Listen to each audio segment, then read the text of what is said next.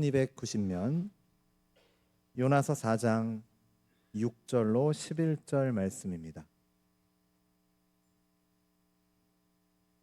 다 찾으신 줄로 알고 하나님의 말씀을 제가 봉독하겠습니다. 하나님 여호와께서 박넝쿨을 예비하사 요나를 가리게 하셨으니 이는 그의 머리를 위하여 그늘이 지게 하며 그의 괴로움을 면하게 하려 하심이었더라. 요나가 박넝쿨로 말미암아 크게 기뻐하였더니 하나님이 벌레를 예비하사 이튿날 새벽에 그 박넝쿨을 갉아먹게 하심에 치드니라.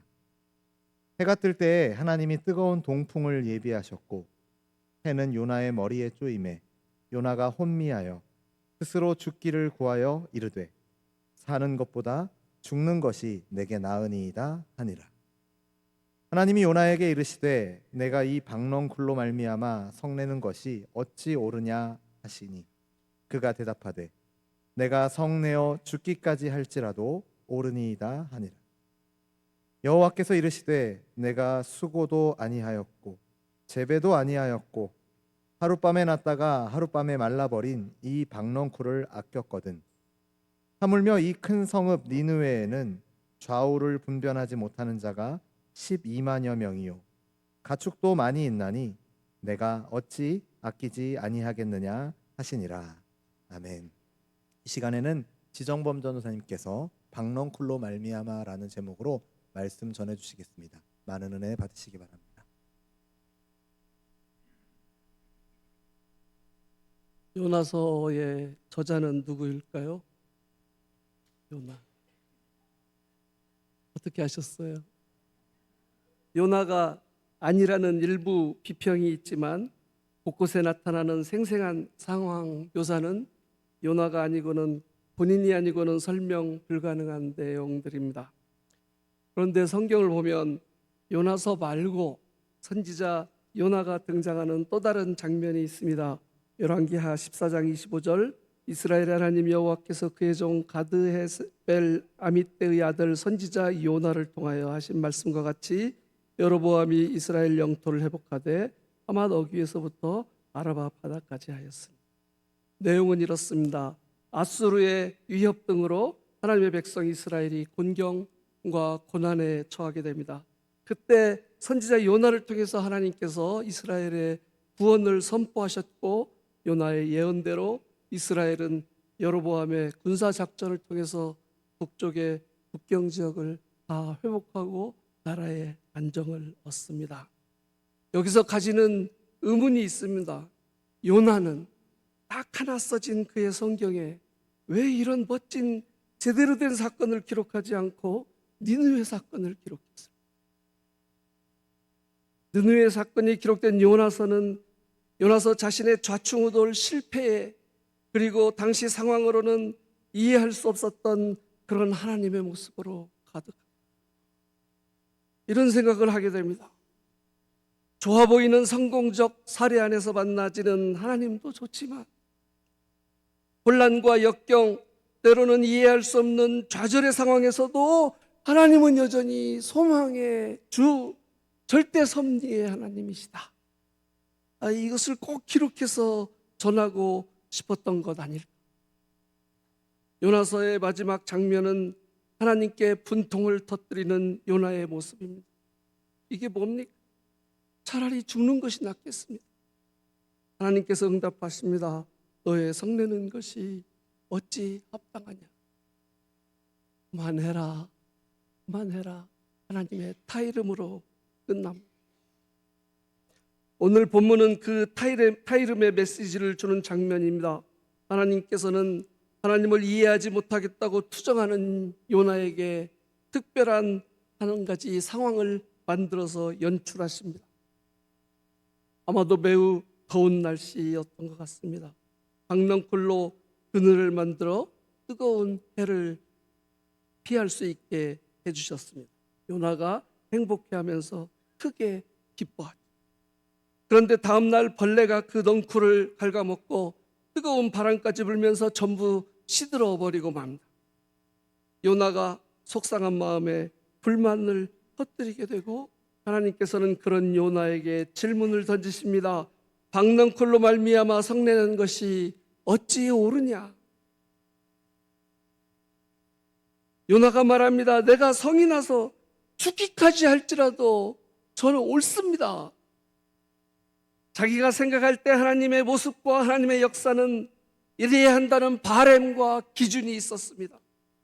그런데 하나님의 뜻과 손길은 그것과 달랐고요. 그런 상황 앞에 요나는 분노와 원망을 폭발시킵니다. 본문에 반복되는 표현은 박넝쿨로 말미암아입니다.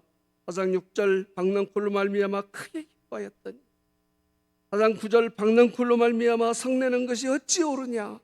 박넝쿨로 말미암아 큰 기쁨을 얻었다가 그것 때문에 죽을 만큼 성냈다가 그게 과연 옳으냐? 하나님이 요나에게 주신 타이름의 질문이었습니다. 요나는 바로 이 하나님의 질문과 그 가르침의 메시지를 믿음의 후손들에게 꼭 전해줘야 되겠다고 생각했던 것 같습니다. 자세히 기록해서 성경으로 남겼고요. 오늘 그 박넝쿨의 박넝쿨에 담아서 풀어주신 우리들 삶, 믿음과 소망의 삶에 대한 이야기를 함께 나누려고 합니다.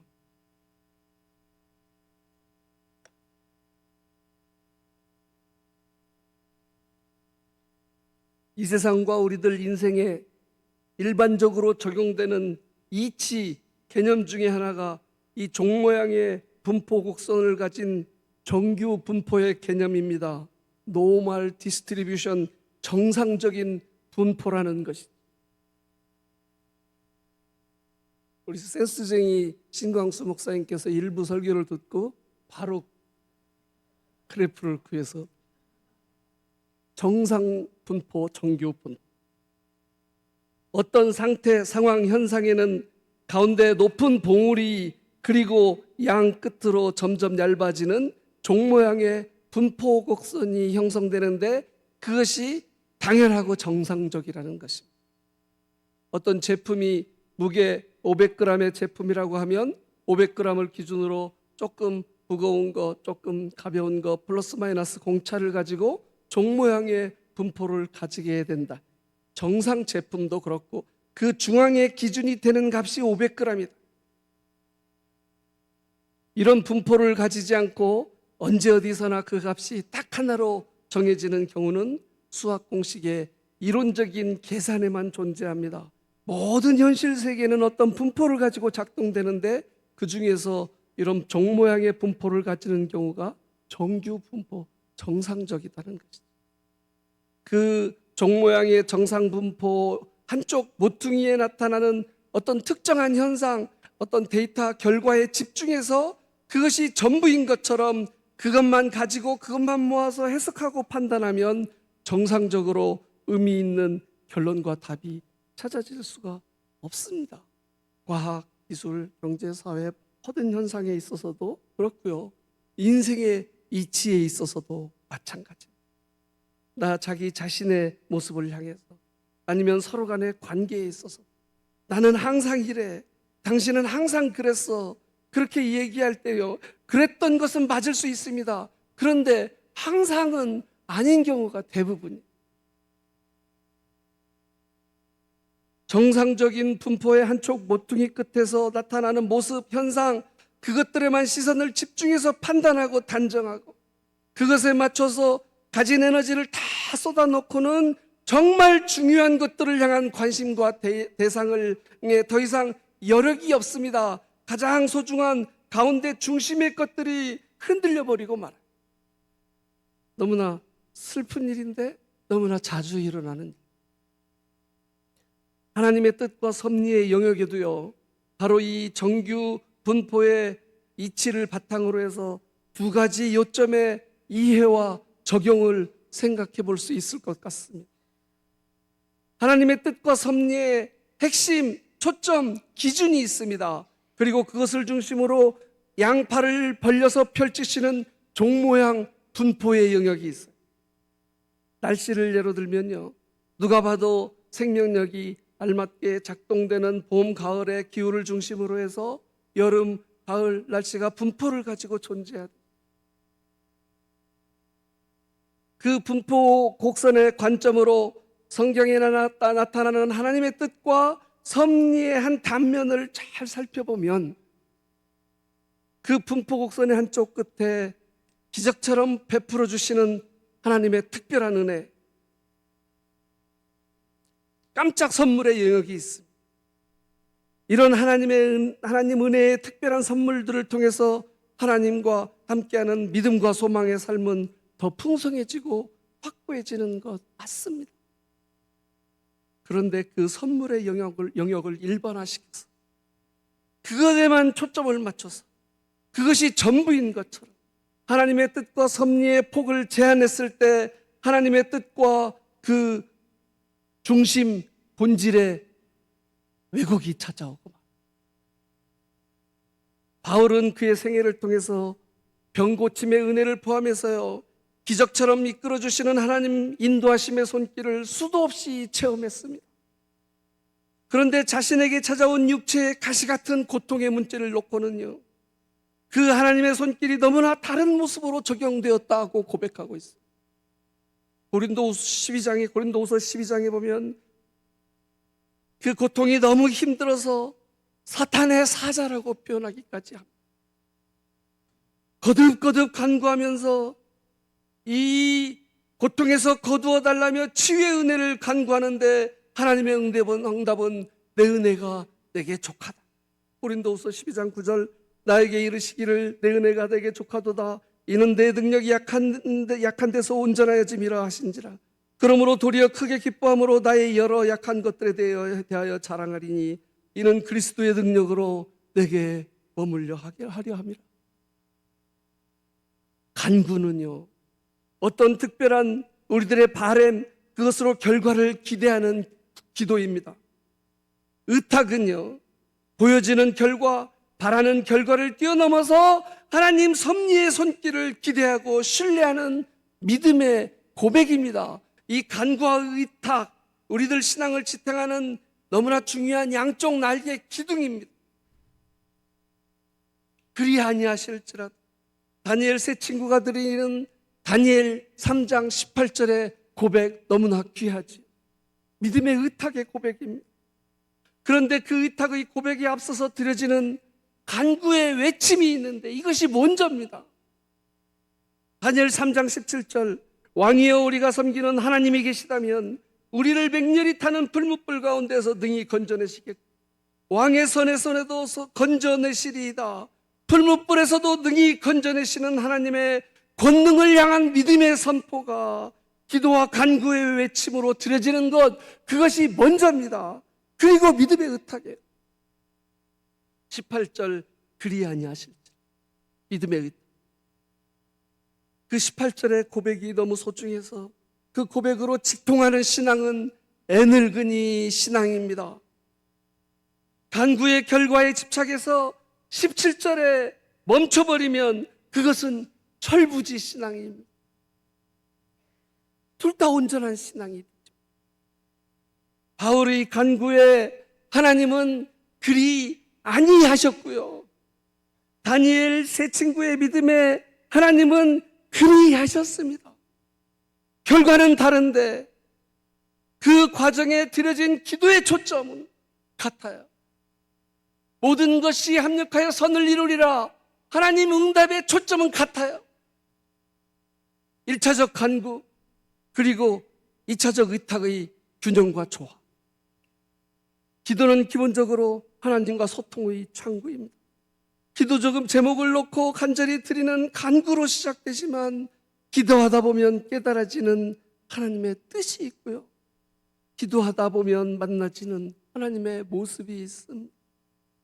하나님의 뜻과 섭리의 한쪽 모퉁이 하나님의 옷자락 끝에서 시작해서 하나님 섭리의 본체 중심으로 나아가는 것 이게 정말 중요해요.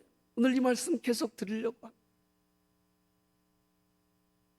오늘 요나의 박넝쿨 이야기에 사파처럼 붙여서 드리고 싶은 이야기가 있습니다. 조금 더 잘 기억하시라고요. 흥부와 놀부의 박넝쿨 이야기입니다. 흥부전의 하이라이트가 뭐죠? 제비가 가져다 준 깜짝 선물로 박넝쿨이 열리고 박이 열리고 잘랐더니 그 안에서 대박이 터졌다. 그 장면인가요? 진짜 하이라이트는 흥부가 그 척박한 여건 어려운 상황 중에서도 다리 부러진 제비를 향해서 보여주는 인간적인 마음, 태도, 바로 그 장면 아닌가요? 그 장면 때문에 흥부전이 시대를 뛰어넘는 만고의 명작입니다. 박타는 이야기와 그 이후의 장면들은요, 결과에 집착하면 얼마든지 놀부처럼 비참한 모습으로 추락할 수 있다. 그 핵심이, 요점이 왜곡될까봐 붙여진 슬픈 후기, 에필로그예요. 누군가 보여주는 결과가 보암직합니다. 그러면 그 결과에 주목해서 방법과 과정을 벤치마킹합니다. 어떻게든 따라해서 그 결과를 똑같이 얻고 싶습니다.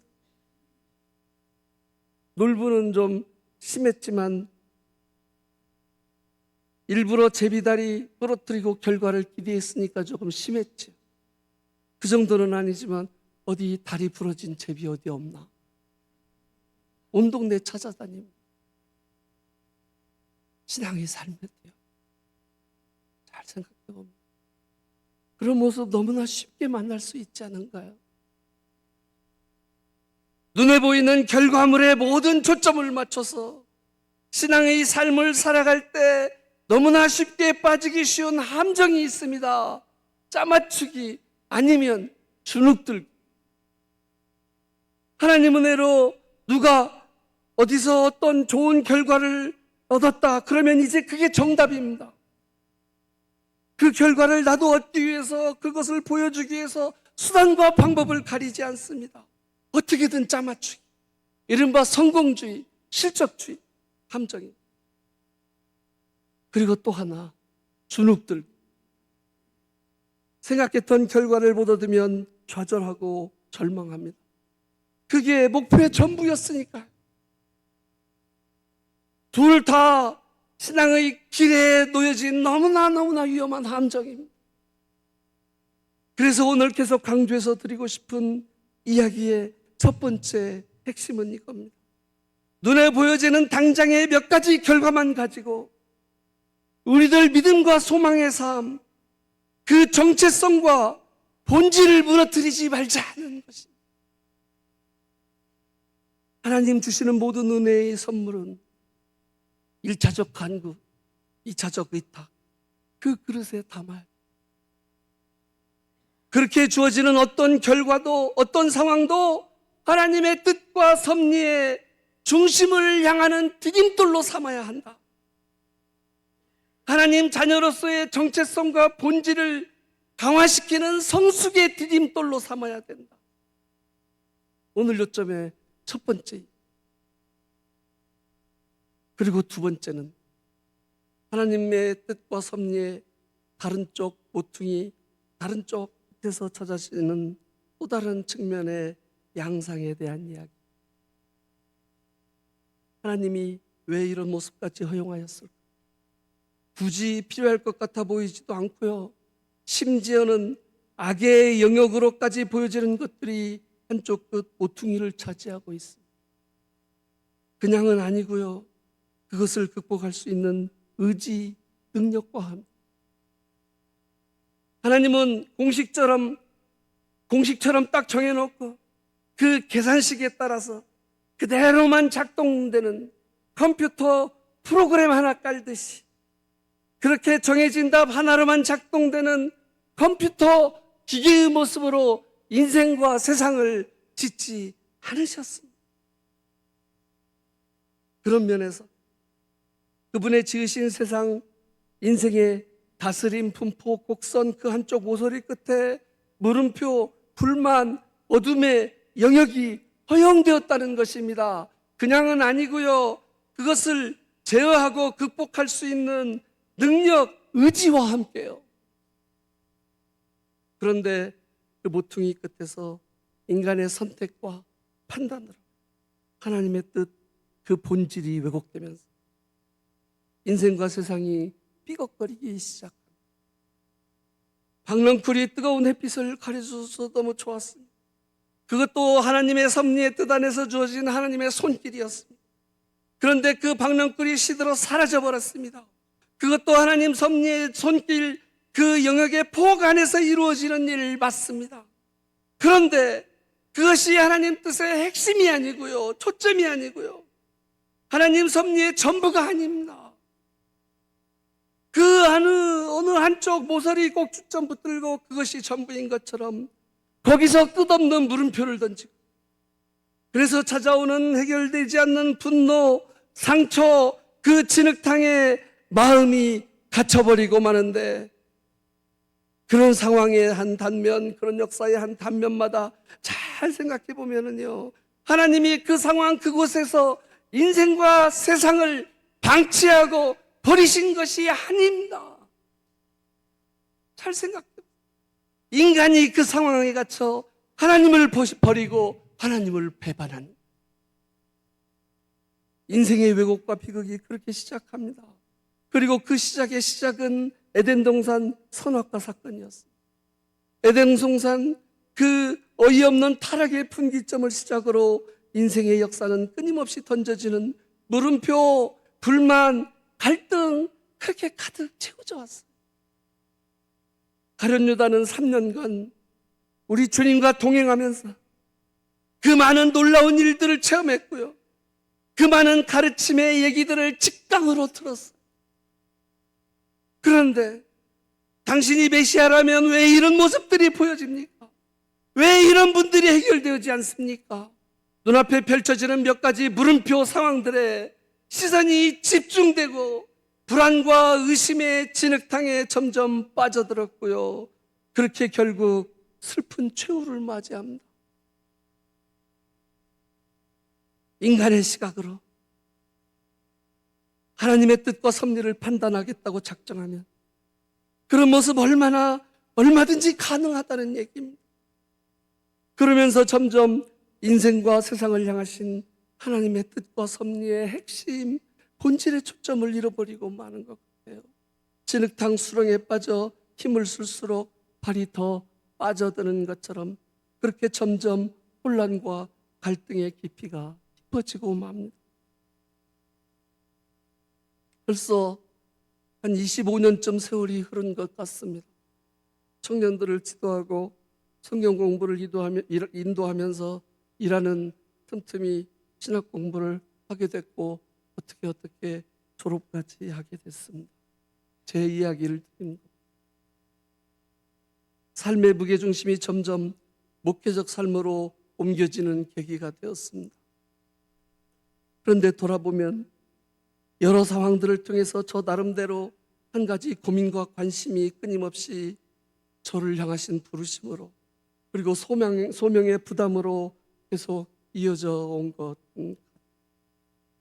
이런저런 이유로 교회 근처에 다가가지 못하는 사람들, 또 이런저런 이유로 교회를 떠나버린 사람, 그런 분들, 그런 청년들과의 만남이 자꾸 연결되고요, 상황과 역할이 자꾸 주어지면서 현장성 있는 목회적 삶일까요?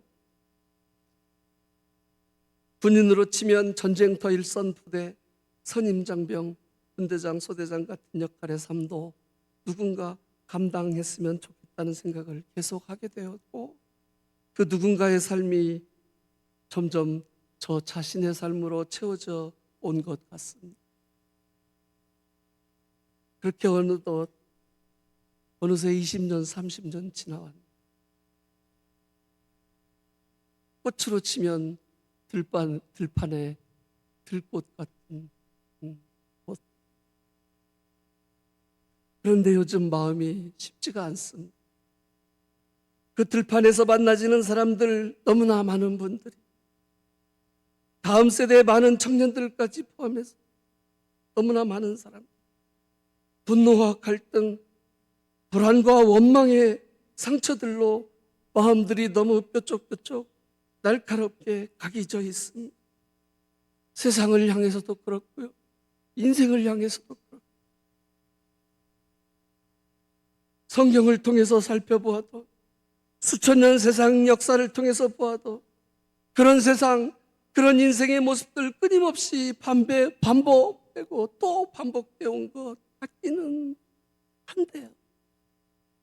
그래도 점점 심해지는 모습들이 너무 속상하고 안타깝고, 그래서 너무 마음이 무겁습니다. 디모데후서 3장 1절, 너희가 이것을 알라. 말세에 고통하는 때가 이를 것이다. 말세가 어느 때인지 알 수 없습니다. 그렇지만 조금씩 가까이 다가가는 것은 확실하잖아요. 여기서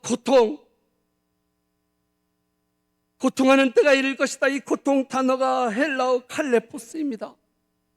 성경 또 다른 구절에 딱 한 번 더 등장합니다. 마태복음 8장 28절, 또 예수께서 건너편 가다라 지방에 가심에 귀신 들린 자 둘이 무덤 사이에서 나와 예수를 만나니 그들은 몹시 사나워. 이 칼레포스, 아무도 그 길로 지나갈 수 없을 지경이더라.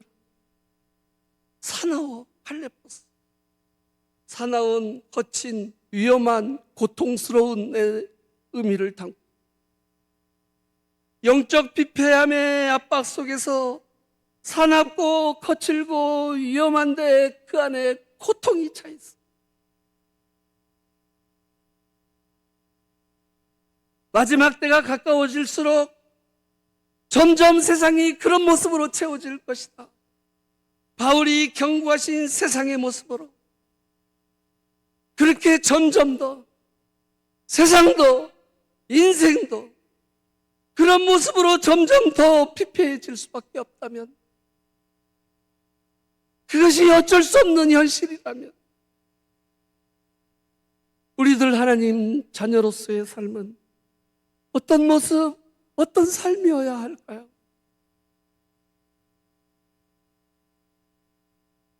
얼마 전 언젠가 그날따라 하필이면 토닥토닥 참고 들어주고 격려하고 품어줘야 하는 분들과의 만남이 하루 종일 계속 이어졌습니다. 집에 돌아오니까 마음이 완전 지치고 무너져 내렸어. 아이고 힘들다. 멍 때리고 누워있다 보니까 마음속에 두 가지 질문이 던져졌습니다.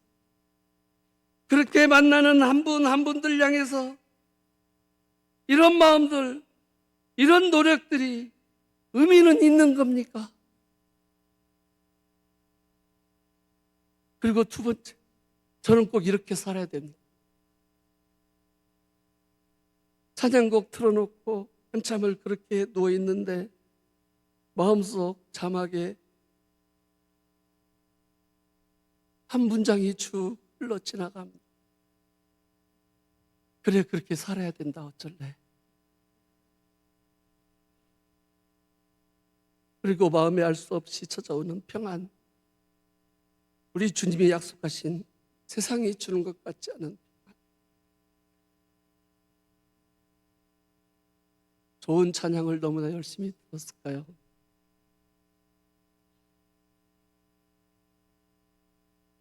우리들의 믿음의 삶을 향한 예표로 성경에 가장 먼저 등장하는 인물은 아브라함입니다. 믿음의 조상. 로마서 오직 의인은 믿음으로 말미암아 살리라. 그 대명제의 배경이 창세기 15장 6절입니다. 아브라함이 여호와를 믿으니 여호와께서 이를 그의 의로 여기시고, 아브라함에게 하나님은 그의 후손을 통해서 이어지고 펼쳐질 하나님 나라의 꿈을 보게 하셨습니다. 그런데 아무리 기다려도 상황을 통해서도 여건을 통해서도 성취의 기미가 보여지지 않았습니다. 결국 당시의 풍습을 따라서 자기 종 중에서 후사를 결정합니다. 이런 가능한 방법이 있지 않을까 고민하고 고민하다 방법을 찾은 것이지. 그런데 창세기 15장 4절, 아니다. 내 몸에서 날 자가 네 상속자가 돼야 한다. 아, 네. 아브라함이 그 말씀을 믿으니 의로 여기셨다. 15장 6절이. 나름대로 열심히 잘한다 했는데 하나님이 아니라고 하십니다. 망신당하고 돌이킵니다. 아, 이게 아니군요. 그렇게 수긍하는 모습을 보면서 의인의 삶이다, 의인의 삶이라고 하나님께서 선포하고 칭찬하셨습니다. 상황을 통해서 찾아오는 기다림과 낙심의 고통들이 있습니다. 그리고 우리들 스스로의 시행착오, 실수, 실패의 모습들이 여전합니다. 그 골짜기 지나면서 하나님의 뜻, 섭리의 중심, 그 본질의 초점을 향해서 넘어져도 다시 깨닫고 다시 일어나 다시 정신 차려서 다시 집중하면서 한 걸음씩 끝까지 나아가는 것. 그 발걸음의 과정을 향해서 의인의 삶이라 하나님께서 선포하셨습니다. 그 과정 다 통과하고요. 이삭 낳고 이삭 바치는 모리아 시험까지 통과한 다음에 창세기 22장에서 의인의 삶을 선포하신 것이 아니에요. 거기에서 의인의 삶이 시작되는 것이 아니에요.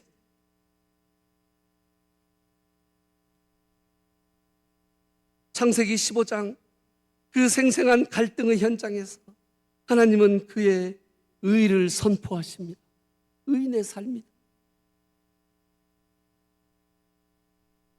하나님이 여호와를 믿으니 여호와께서 이를 그의 의로 여기시고. 창세기 15장 6절, 창세기 22장이 아니고 이게 너무 좋아요. 그리고 한 가지 더요. 아브라함의 생애 전체를 놓고 보면 그의 삶은 결국 하나님의 약속 붙들고요, 자기 자신과 자기 가족의 몇 명 자기 가족의 믿음과 소망을 지켜내는데 겨우겨우 버텨내는 삶을 살아요.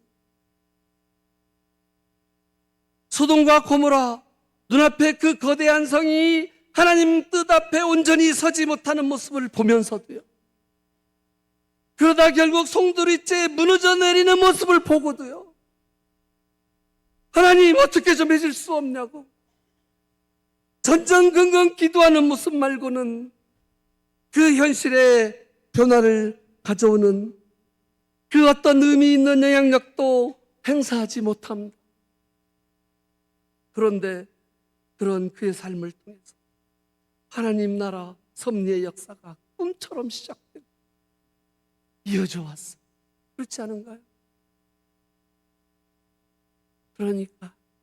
그래서요, 이런저런 물음표, 무력감의 상황들이 눈앞에 펼쳐질 때 어쩔 수 없는 것이라고 그냥 좀 담담히 받아들이자는 말씀 드리는 게 아닙니다. 그럴 리가 있습니까?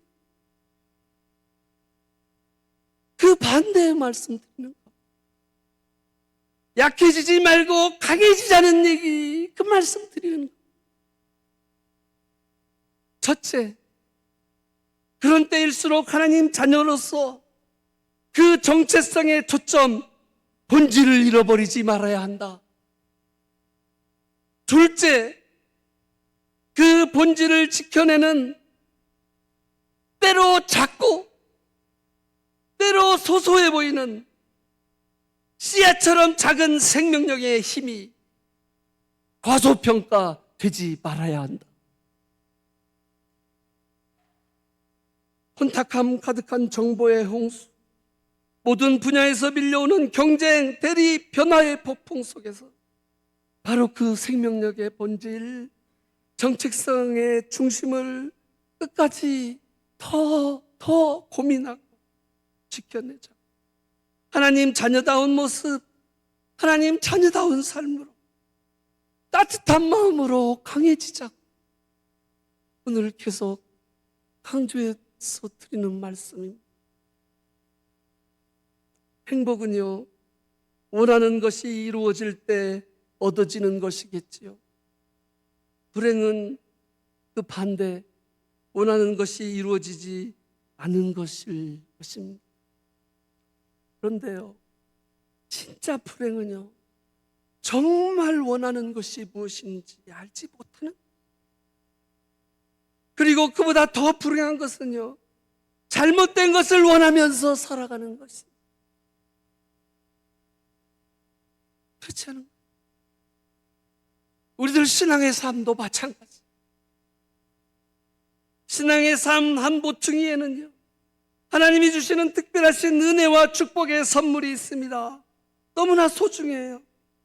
그리고 또 한쪽 모퉁이에는요, 이해하기 쉽지 않은 모습, 받아들이기 쉽지 않은 일들이 한 구석을 채우고 있어요. 그것들 모두 하나님의 뜻과 섭리의 넓은 품 안에서 이루어지는 일들 맞지만요, 그 한쪽 구석 모퉁이에 펼쳐진 하나님의 옷자락에 그것이 전부인 것처럼 마음과 영혼의 얼굴을 묻어버리지 않았으면 좋겠습니다.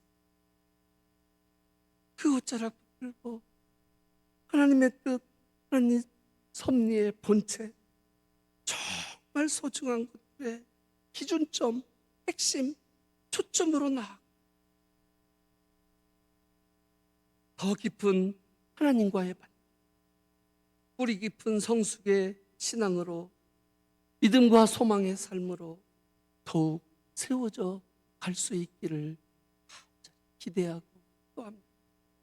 그런 삶으로 우리 성도님들 모두 함께 힘내시고 더 힘있게 우리에게 허락하신 믿음과 소망의 길 완주하시고 응원하고 기도합니다. 기도하시겠습니다. 하나님 아버지,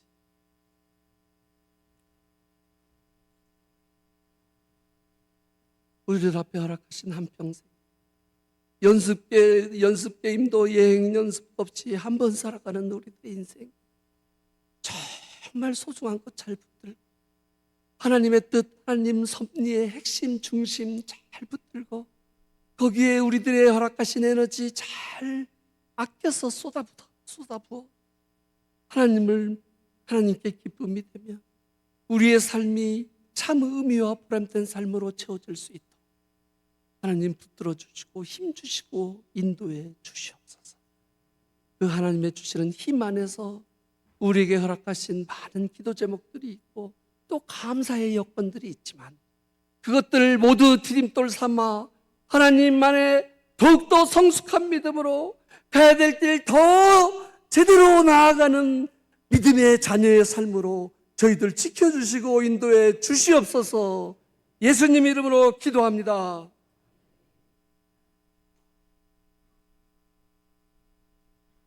네,